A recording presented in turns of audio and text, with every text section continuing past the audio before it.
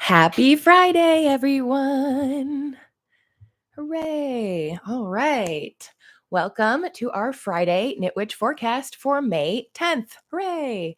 If you're joining me live, you can chat with me here, and all you have to do is become a subscriber for 1 minute, and then you can leave as many chats for me as you like. I'll make sure to check in on them. So if you want to leave a comment, I can look back at the end, or if you just want to watch, that's fine too.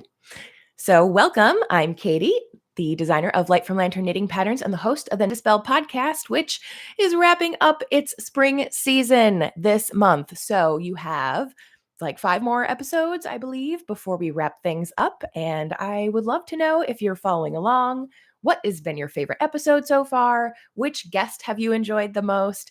And don't worry, we have one more exciting guest before we wrap up the spring season, and that is Christy Johnson of Mystical Stitches. So if you're an embroidery fan, even if you're a knitter, trust me, there's lots of ways to apply embroidery to your knitting, and she is so inspiring, so don't miss that one. Okay, and so for this week, we are going to use the Shine from the Inside Oracle deck.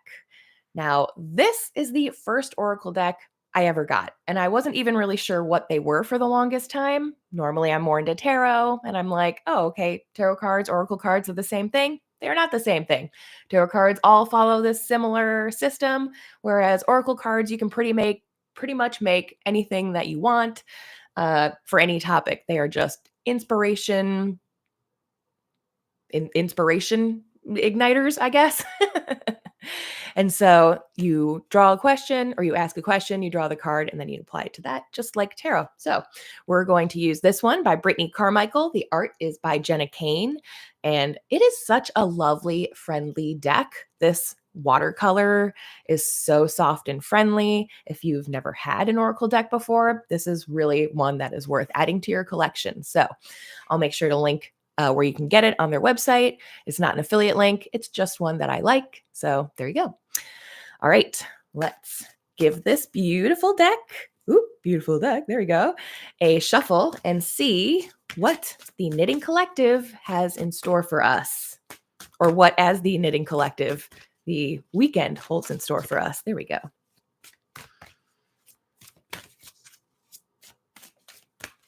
What do we got? We have, awaken your authentic self and be true to you. All right, let's see what Brittany has to say about that card. Oh, and it's right here. Okay, so P.S. This also comes with a really great guidebook. So if you're not really sure how to apply what this card says to your question, you can go and look for the additional information in this little guidebook, which also is in full color. I can't tell you how much joy that brings me to see full color in your guidebook. Why wouldn't you at that point? So yes, I love it. Anyway, okay, here's what it says. For us, for the knitters of this weekend, what are we going to do? We're going to awaken our authentic self and be true to ourselves. Stop allowing others' opinions to define your worth and be true to you. When you stop giving a shit about what other people think, you're free. So who cares about what you're knitting, how it looks, what other people are knitting, how that looks? All you have to do is enjoy what you're doing. She goes on to say, take off the people-pleasing mask and allow your authentic self to shine. Let's see. I have her favorite quote from Georgia O'Keeffe says, I have already settled it all for myself, so flattery and criticism all go down the same drain, and I am quite free. I actually think about this quote a lot in terms of, if you are satisfied, then why does it really matter what other people think? It's a great way to build self-confidence. Okay, continuing, she says, it's time to awaken your authentic self and be true to you by saying no when no means no, and wearing what feels fabulous to you, making choices from your heart, and even piercing your nose because you think it looks cool. Gosh, I think I can relate to that one. This is a weekend of going for it. If this is something you truly want to do and it lights you up inside, do it. If That means casting on a new project. Guess what? It's time to cast on. That means finishing some projects so that you can feel that ignite to be like, yes, I made it. And now I'm going to wear it and show it off all weekend.